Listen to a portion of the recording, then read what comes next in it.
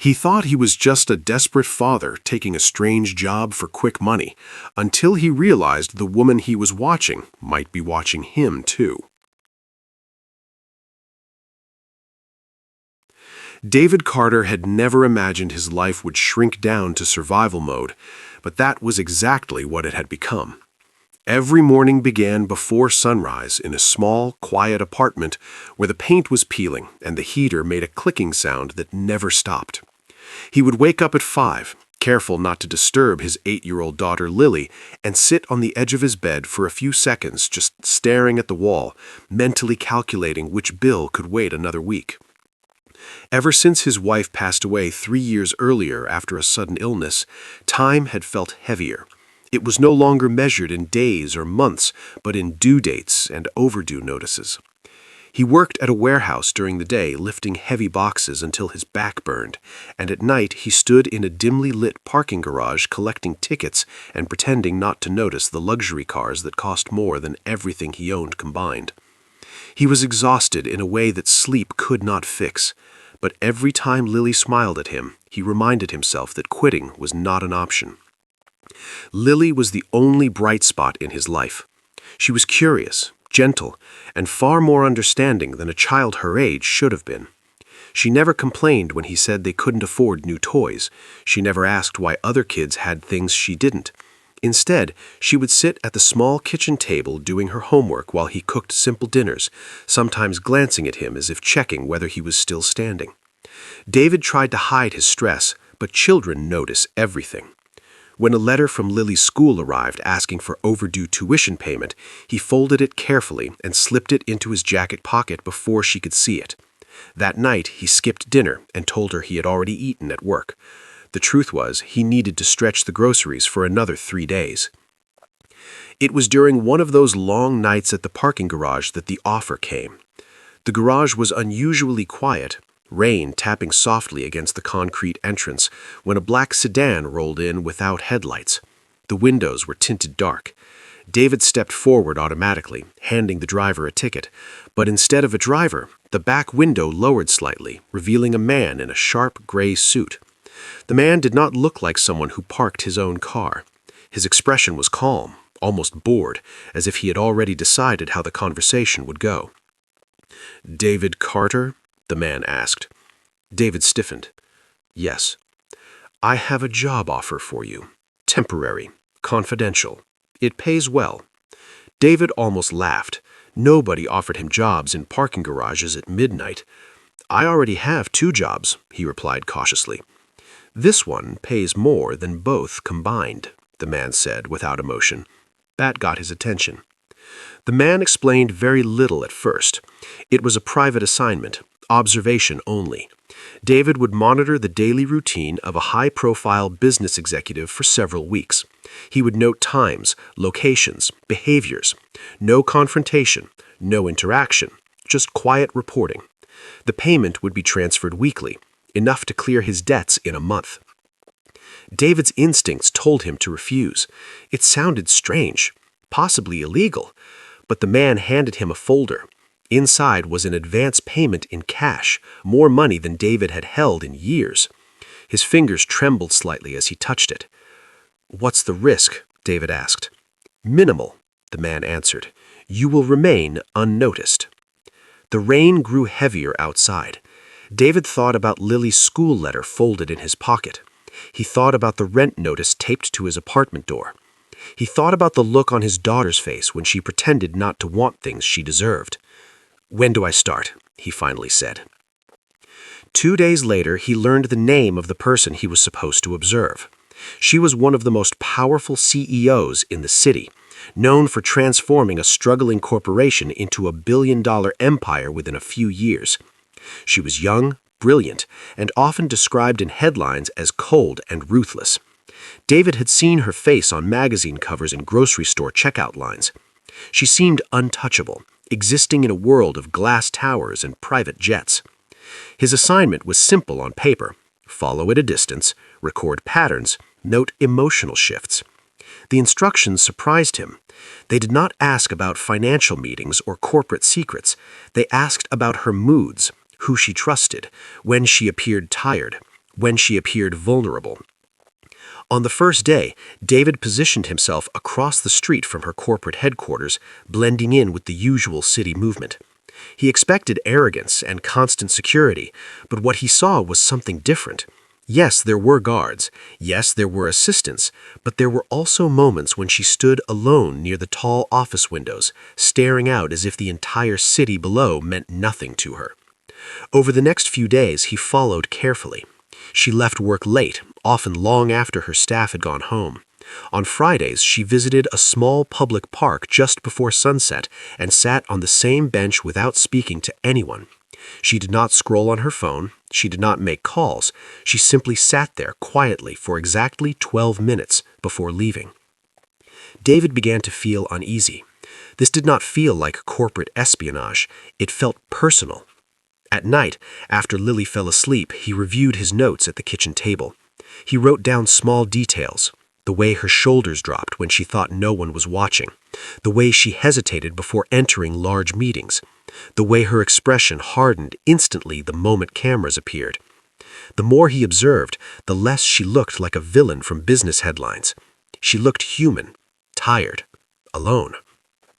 By the end of the first week, David had been paid enough to cover Lily's school fees. He handed the money to the school office the next morning and watched relief wash over her daughter's face when she realized she could stay enrolled. That moment should have made him feel proud. Instead, it made him uneasy, because deep down he sensed this job was not as simple as it seemed. Someone powerful wanted to know this woman's weaknesses, and he was the one collecting them.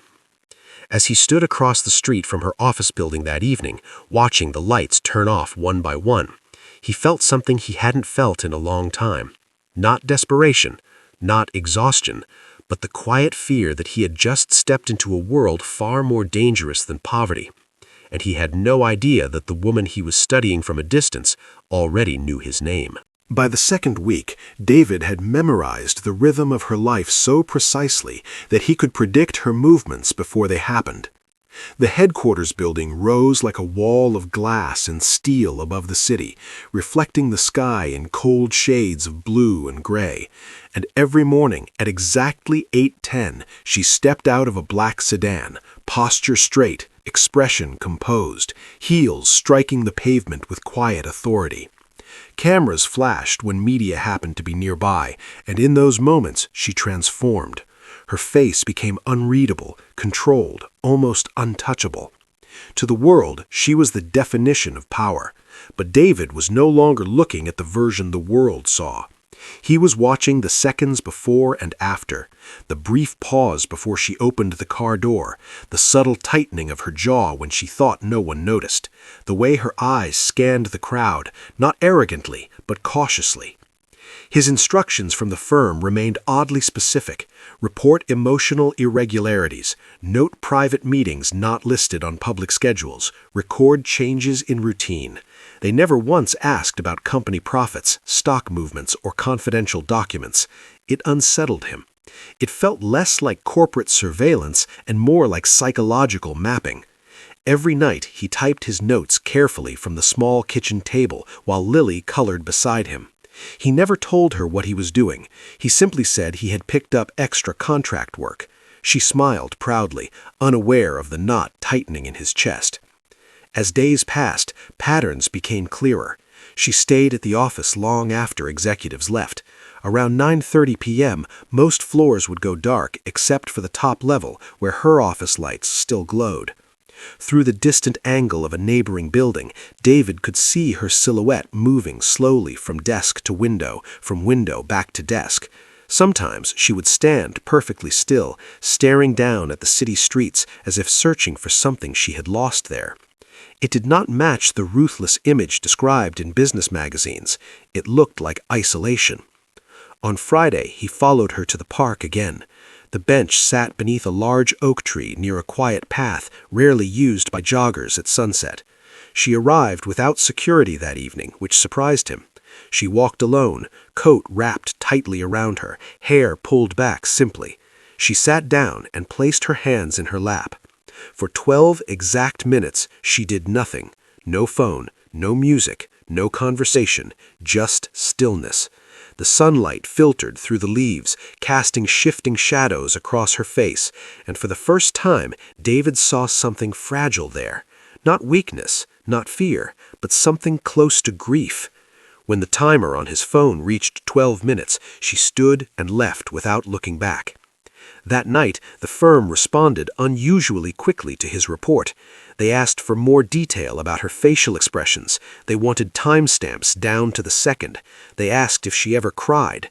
The question lingered on the screen longer than the others. David hesitated before typing no. He had not seen tears, only restraint. The firm replied with a single message: continue. The more he observed, the more conflicted he became.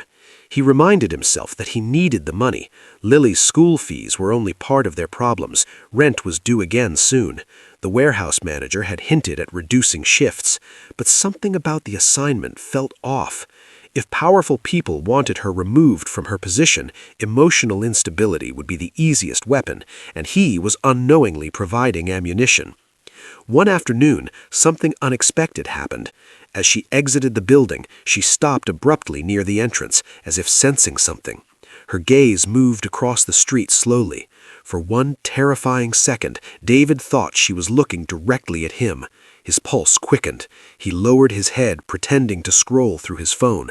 When he glanced up again, she was still scanning the area, her expression unreadable. Then she turned and entered her car. That moment haunted him all evening. Had he been too obvious? Had someone tipped her off?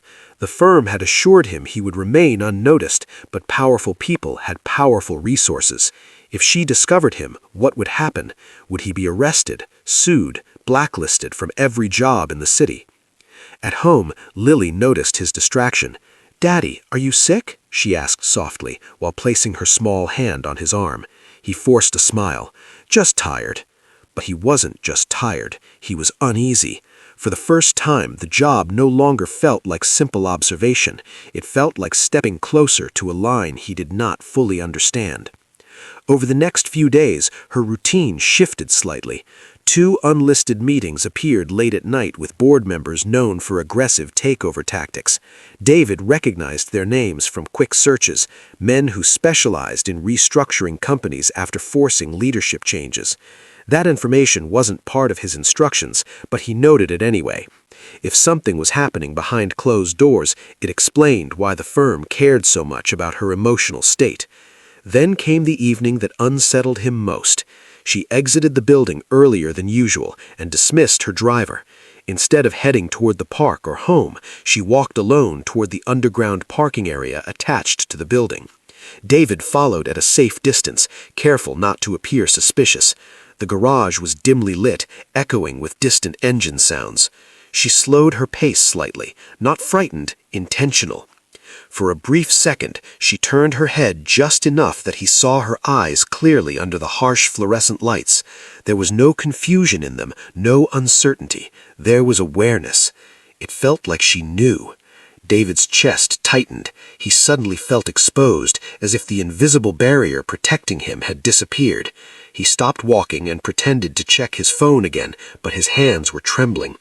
When he looked up again, she was already reaching her car.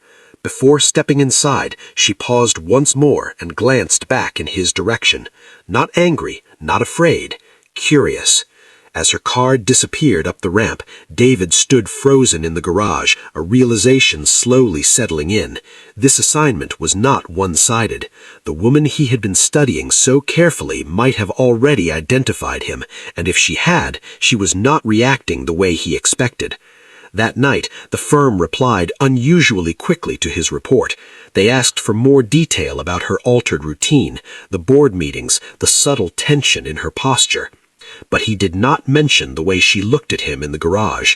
He couldn't explain why. Perhaps it was instinct, perhaps it was guilt, or perhaps it was the strange sense that the story unfolding was far more complex than a simple spying job. When he finally closed his laptop, he felt a shift inside himself. At the beginning, he had seen her as a paycheck, then as a subject. Now he was beginning to see her as a person caught in something dangerous, and deep down, he knew the next move would not come from him. It would come from her. The confrontation David had been quietly dreading arrived sooner than he expected, and it did not happen in a dramatic boardroom or under flashing cameras. It happened in silence, beneath cold fluorescent lights, in the underground parking garage where footsteps echoed louder than thoughts. That evening, the air felt heavier than usual. David had followed her routine long enough to recognize subtle changes, and tonight something was different. She dismissed her driver again, but this time she did not head directly to her car. Instead, she walked deeper into the garage, past the usual reserved spaces, toward a quieter corner where security cameras were fewer and shadows stretched longer across the concrete floor.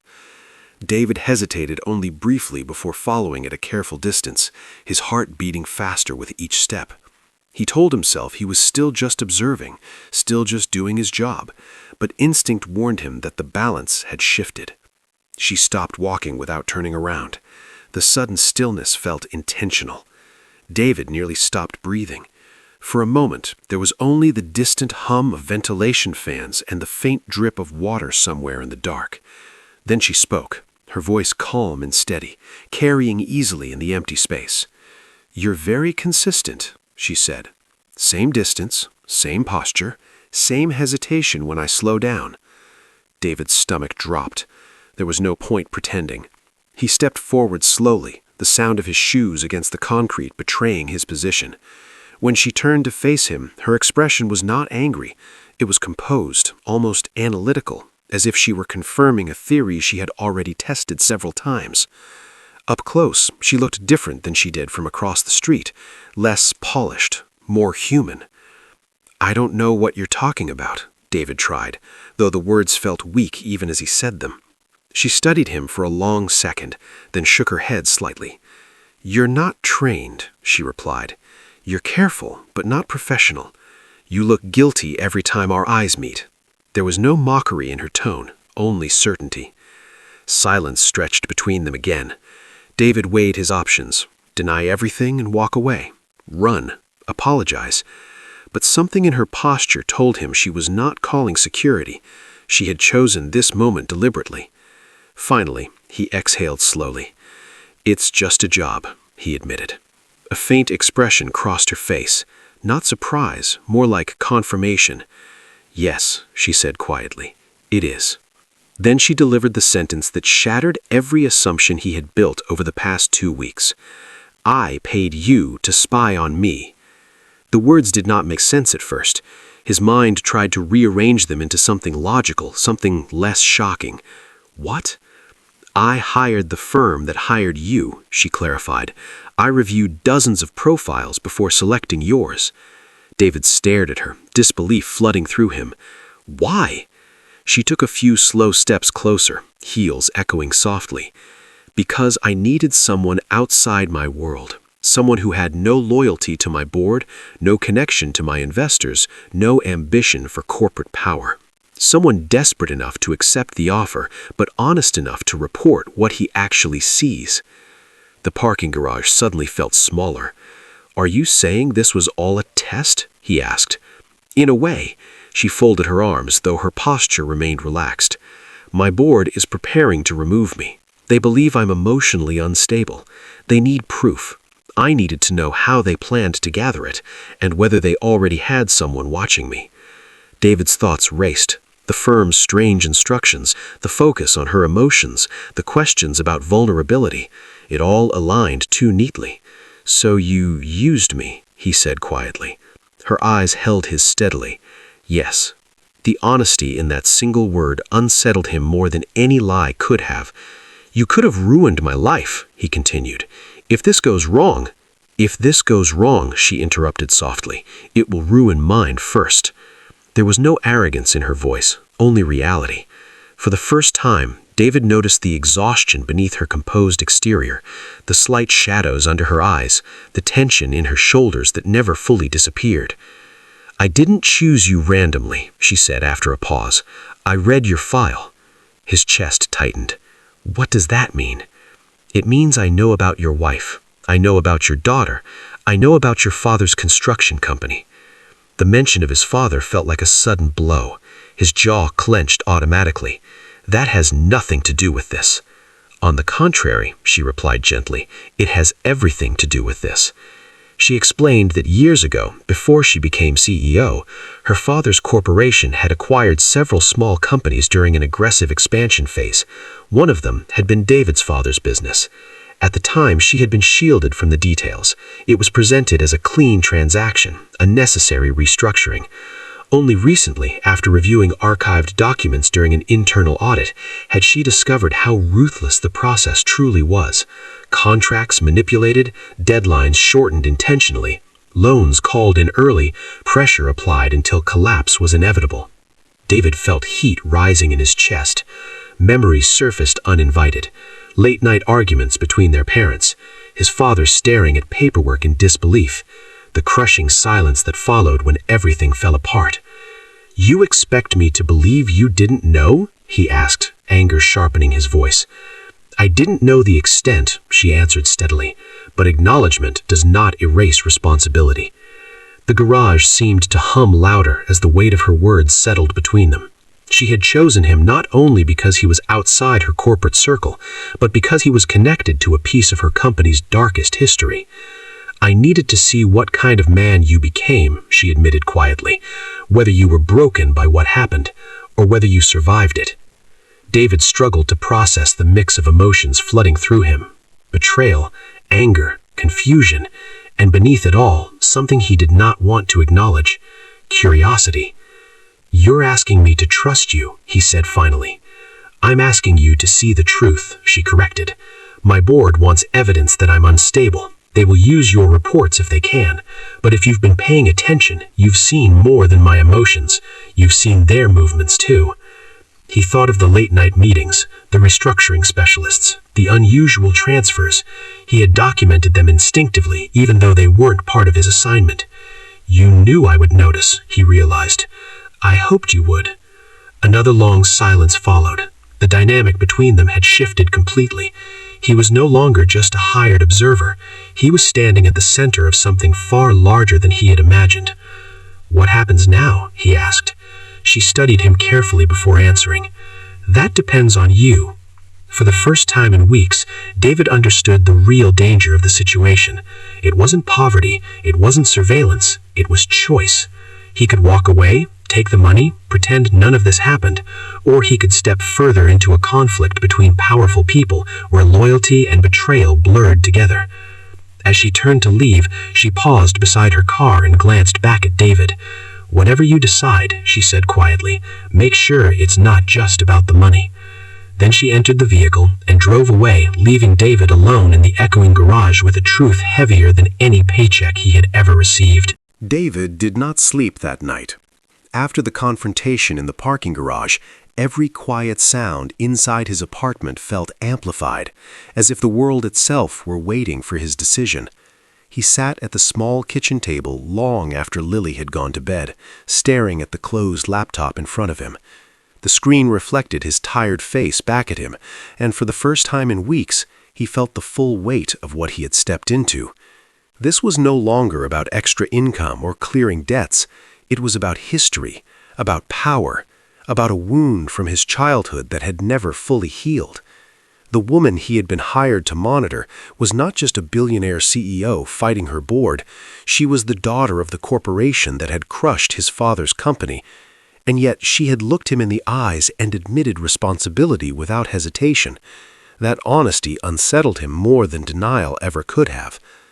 He opened the laptop slowly and reread the latest message from the firm. They were pressing harder now. They wanted detailed behavioral assessments. They wanted speculation about her mental state. They wanted anything that could suggest instability. The tone of their messages had shifted from professional to urgent. It was clear something was approaching, an internal decision, a vote, a removal. He imagined a boardroom filled with executives discussing her future like it was a line item on a spreadsheet, and somewhere in that calculation, his reports were likely being considered evidence. The thought made his chest tighten. Lily walked into the kitchen quietly, rubbing her eyes. "Daddy, why are you awake?" she asked softly. He forced a gentle smile. "Just finishing work." She walked over and hugged him without another word. In that simple gesture, he felt clarity begin to form. His father had once stood alone against forces too large to fight. Pride had kept him silent. Isolation had made him vulnerable. David had watched that slow collapse as a boy, powerless to stop it. Now he was a father himself. He could not afford the same mistake. The next morning, instead of taking his usual observation position across from the corporate headquarters, David entered the building. His heart pounded as he approached the reception desk, fully aware of how absurd this must look. He was not dressed like an executive. He was not carrying authority, but he was carrying truth. He requested a private meeting. The receptionist hesitated, but after a short call upstairs, she directed him to the executive floor. That alone confirmed what he already suspected. She had been expecting him. When he stepped into her office, the city skyline stretched behind her through the tall glass windows. She stood near her desk, composed as always, but there was a subtle tension in her posture. "You came," she said simply. "I need to understand everything," he replied. "No more half explanations." She nodded and gestured for him to sit. What followed was not a defensive speech or a carefully crafted corporate statement. It was an unfiltered account of what she had discovered within her own company. After her father's death, she had inherited leadership earlier than expected.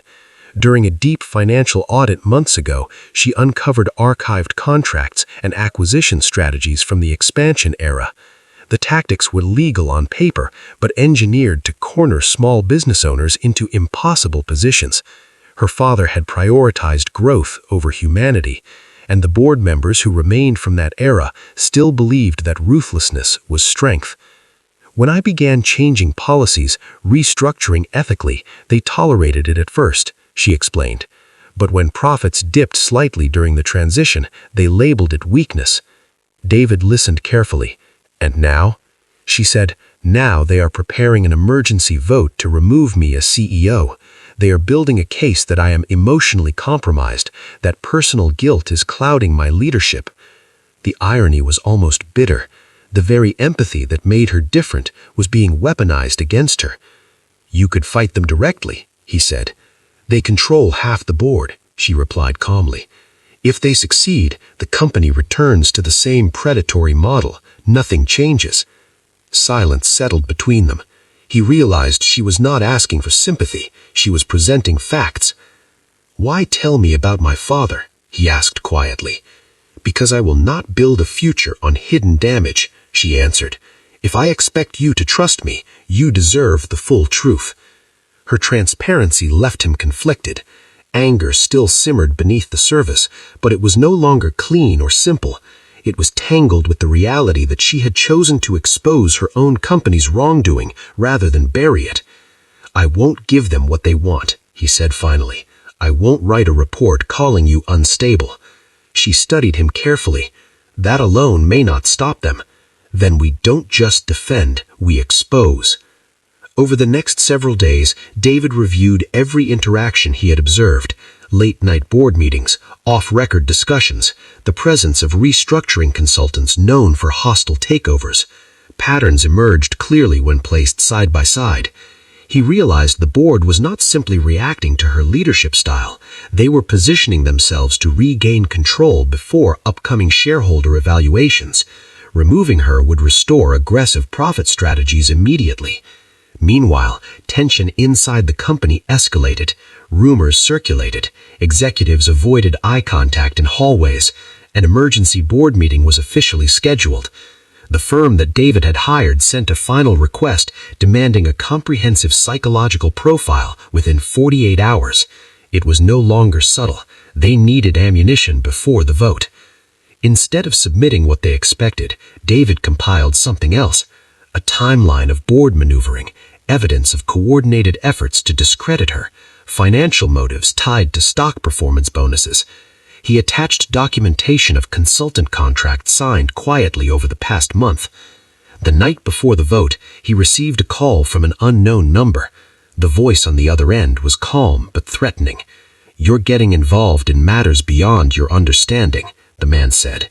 "Submit the requested report. Stick to your assignment." David ended the call without responding. Fear lingered, but it did not overpower him. For years he had lived in quiet survival mode. Now he understood that silence protected the powerful, not the vulnerable. The morning of the board meeting arrived heavy with anticipation. As executives entered the building, tension was visible in their clipped conversations and guarded expressions. David stood outside the conference room, aware that stepping inside would permanently shift his role from observer to participant. She approached him briefly before entering. There was no dramatic speech, only a quiet acknowledgement. "Whatever happens, thank you for choosing integrity over revenge." He met her gaze steadily. "This isn't about revenge," he replied. "It's about not repeating the same damage." As the boardroom doors closed, David felt the final weight of his choice settle. The past had given him every reason to walk away, but the present demanded something stronger. For the first time since accepting the strange job in a rainy parking garage, he no longer felt like a pawn in someone else's strategy. He felt like a man reclaiming control of a story that had once broken his family. The boardroom felt colder than the rest of the building, though the temperature had not changed. It was the kind of room designed to intimidate, with a long, polished table stretching down the center like a dividing line between power and everyone else. Floor-to-ceiling windows framed the skyline, but the blinds were half-drawn, muting the sunlight into thin gray strips across the carpet. Around the table sat 12 board members, most of them older, experienced, and confident in their influence. At the head of the table sat the woman they were preparing to remove. She was composed, shoulders straight, hands folded neatly in front of her, showing no sign of the storm building beneath the surface. David stood near the far wall, technically uninvited, but not stopped. His presence was unusual enough to draw several irritated glances. The chairman began with formal language, referencing shareholder concerns and leadership stability. His tone was polished, almost sympathetic, as if this were a regrettable but necessary step. "Recent behavioral inconsistencies," he said, "have raised serious concerns about the company's direction." Several members nodded in rehearsed agreement. A digital screen lit up behind him, displaying charts and short bullet points. Words like volatility, emotional bias, and compromised judgment appeared one after another. It was a clean narrative, clinical, controlled. She listened without interruption. Only someone watching closely could notice the faint tightening of her fingers against the tabletop. David recognized it from his weeks of observation. It was not fear, it was restraint. Then the chairman introduced the final point. "An independent behavioral report has been commissioned to evaluate recent patterns," he said. "We believe the findings will confirm that leadership transition is in the company's best interest." Every pair of eyes in the room shifted briefly toward David. The implication was clear. He was the independent source, the outsider whose observations would justify their decision. David felt the weight of that expectation pressing against his chest. Weeks earlier, he had been hired to quietly collect vulnerabilities. Now, those same vulnerabilities were about to be weaponized. For a brief second, he thought about Lily, about the security that a clean exit and continued payment would provide. It would be so easy to remain silent, to let the machine run as designed. Instead, he stepped forward. "I'd like to clarify something before you proceed," he said, his voice steady despite the tension in the room. The chairman's polite smile thinned. "And you are?" "David Carter, the individual commissioned to conduct the behavioral observation." A murmur moved across the table. The chairman leaned back slightly. "Yes, we've reviewed your preliminary submissions." "Then you've reviewed incomplete information," David responded. The air shifted instantly. Several board members exchanged sharp glances. She remained still, though her eyes met his briefly, a silent question passing between them. "The reports you requested focused heavily on emotional states," David continued. "But what you did not request was an analysis of context. Over the past month, I observed not only the CEO's behavior, but also the pattern of internal activity surrounding her." The chairman's tone hardened. "This meeting concerns leadership performance." And leadership cannot be evaluated without examining the pressures being applied to it, David said calmly. He connected his laptop to the screen before anyone could interrupt. The slides that appeared were not psychological profiles. They were timelines. Dates of closed-door board meetings that did not appear on official calendars. Contracts signed with restructuring consultants known for hostile takeovers. Financial incentives tied to executive bonuses that would activate upon a leadership change. Each detail had been cross-referenced and organized with precision. The room grew noticeably quieter with each slide. Confidence began to fracture. These meetings began before any alleged behavioral concerns were formally recorded, David explained. Consultants were retained weeks prior to commissioning my assignment. That suggests a premeditated strategy rather than a reactive measure. One board member cleared his throat sharply. "You're overstepping your scope." "My scope was to observe patterns," David replied, "and this is the pattern."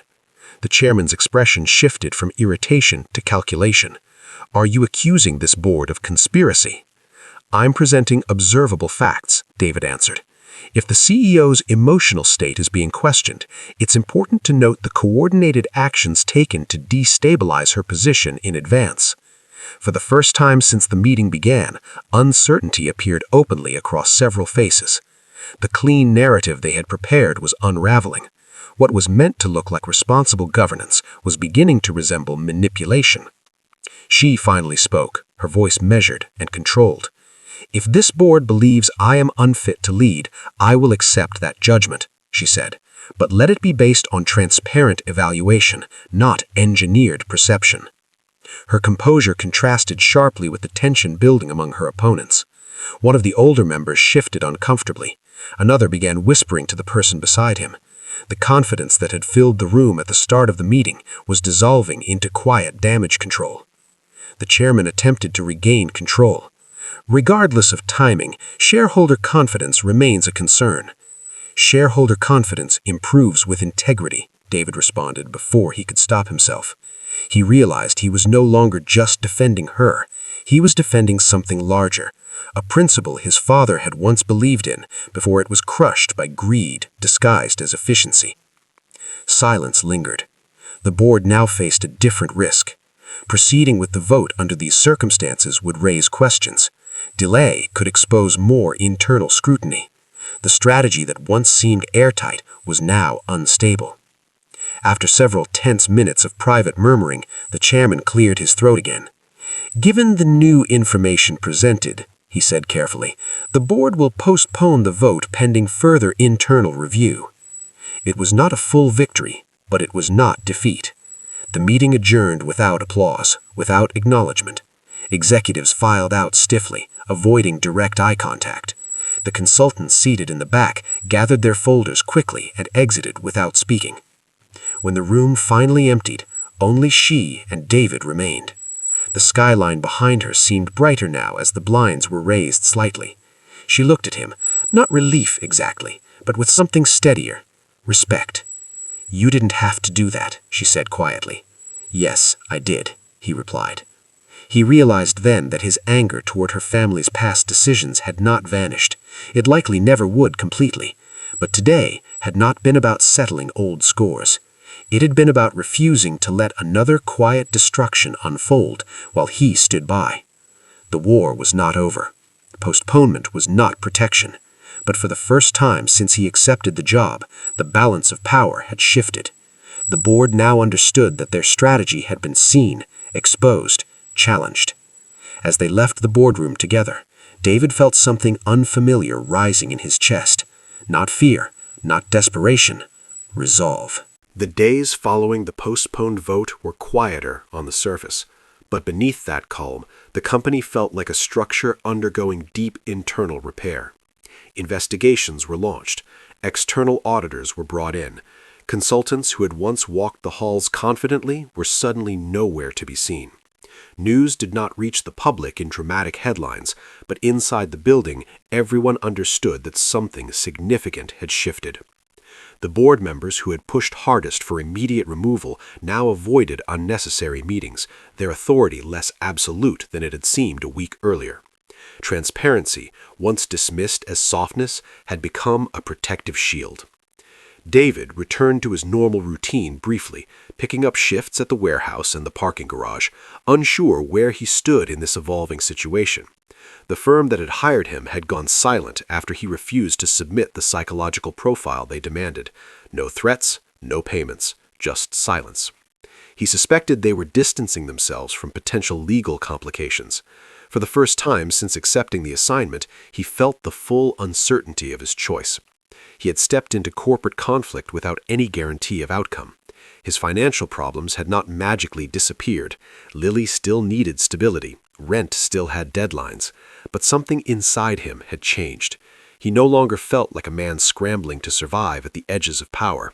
He had confronted it directly and walked away, standing. One afternoon, he received a call from her office. It was not traumatic, not urgent, simply a request to meet. When he arrived at the headquarters building, the atmosphere felt different. Employees moved with cautious optimism rather than quiet tension. He was escorted to her office again, where sunlight poured in unobstructed this time, the blinds fully raised as if the room itself had nothing to hide. She stood near the window when he entered. The independent audit confirmed irregular coordination among certain board members, she said without preamble. 2 have resigned. 1 is under formal review. He absorbed the information carefully. And the vote? Withdrawn. For now. There was no celebration in her tone, only steady acknowledgement. She turned to face him fully. I owe you more than a thank you, she continued. You could have taken the money and walked away. You had every reason to resent me. David thought about that. The resentment was real. The memory of his father's quiet collapse would never fully fade, but revenge would not have rebuilt anything.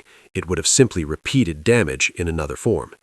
What happened to my father's company can't be undone, he said, but what happens next is still a choice. She nodded slowly. That's why I asked you here. Instead of offering him a symbolic reward or empty praise, she placed a folder on the desk between them. Inside were detailed plans for a new corporate initiative, a small business protection division funded directly from executive bonuses, designed to ensure fair acquisition practices, transparent negotiation timelines, and independent mediation options for family-owned companies facing buyout offers. At the top of the proposal was a working title, the Carter Initiative. He stared at the name, unable to speak for a moment. It's not charity, she clarified. It's structural reform, and I want you involved in shaping it. David looked up at her. I'm not an executive. I'm aware. That's precisely the point. She explained that perspective mattered more than titles. He understood the human cost of corporate strategy in a way most board members never would. She did not offer him a position of power for appearance's sake. She offered him responsibility. A role overseeing ethical review processes and small business outreach, working alongside experienced legal advisors, but independent from profit-based performance metrics. He felt the weight of the opportunity carefully. This was not about wealth, it was about influence in a direction that aligned with his values. Still, doubt lingered. Why trust me with something this important, he asked. Because you already proved you can stand in a room full of power and choose integrity, she answered simply. Outside the office windows, the city moved as it always had, unaware of the quiet transformation unfolding inside the tower. David thought of Lily sitting at the kitchen table doing homework, unaware of how close her father had come to walking away from something bigger than money. He thought of his own father, who had once believed in fair negotiation and handshake agreements before the system turned ruthless. Perhaps this was not justice in the dramatic sense, it was correction. I'll do it, he said finally, on one condition. She raised her eyebrows slightly. Which is? Transparency, he replied. No hidden clauses, no quiet reversals when profits dip. A faint smile touched her expression. Agreed. In the months that followed, the Carter Initiative began quietly but firmly. Policies were revised, acquisition contracts were rewritten with clearer language and longer review periods. Independent advisors were made mandatory in negotiations with small companies. Not everyone approved. Some investors grumbled about slower expansion, but long-term stability replaced short-term spikes, and public trust gradually strengthened the company's reputation. David transitioned away from his night shifts. The warehouse job became unnecessary. For the first time in years, he attended Lily's school events without checking his watch constantly. One evening, as they walked home from the park, Lily asked him why he seemed happier lately. "Because I'm fixing something that was broken," he answered honestly. He did not tell her every detail. She did not need to carry the weight of corporate history, but she saw the change in him. The tension that used to shadow his face had softened. As for her, she continued leading with steady resolve. Their relationship never rushed into something sentimental. It was built on conversation, accountability, and shared purpose. There were disagreements, there were difficult board discussions, but there was also mutual respect born from that first confrontation in the parking garage.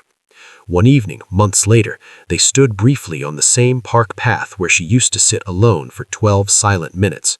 The bench remained under the oak tree, sunlight filtering through the leaves. "You don't sit here alone anymore," David observed. "No, I don't," she replied softly. The past had not disappeared. It never truly does, but it no longer dictated the future. What began as a job rooted in surveillance had transformed into something neither of them could have predicted. She paid him to spy. Instead, he helped her rebuild. If this story moved you, don't forget to subscribe to Drew Daily Stories for more powerful emotional journeys like this.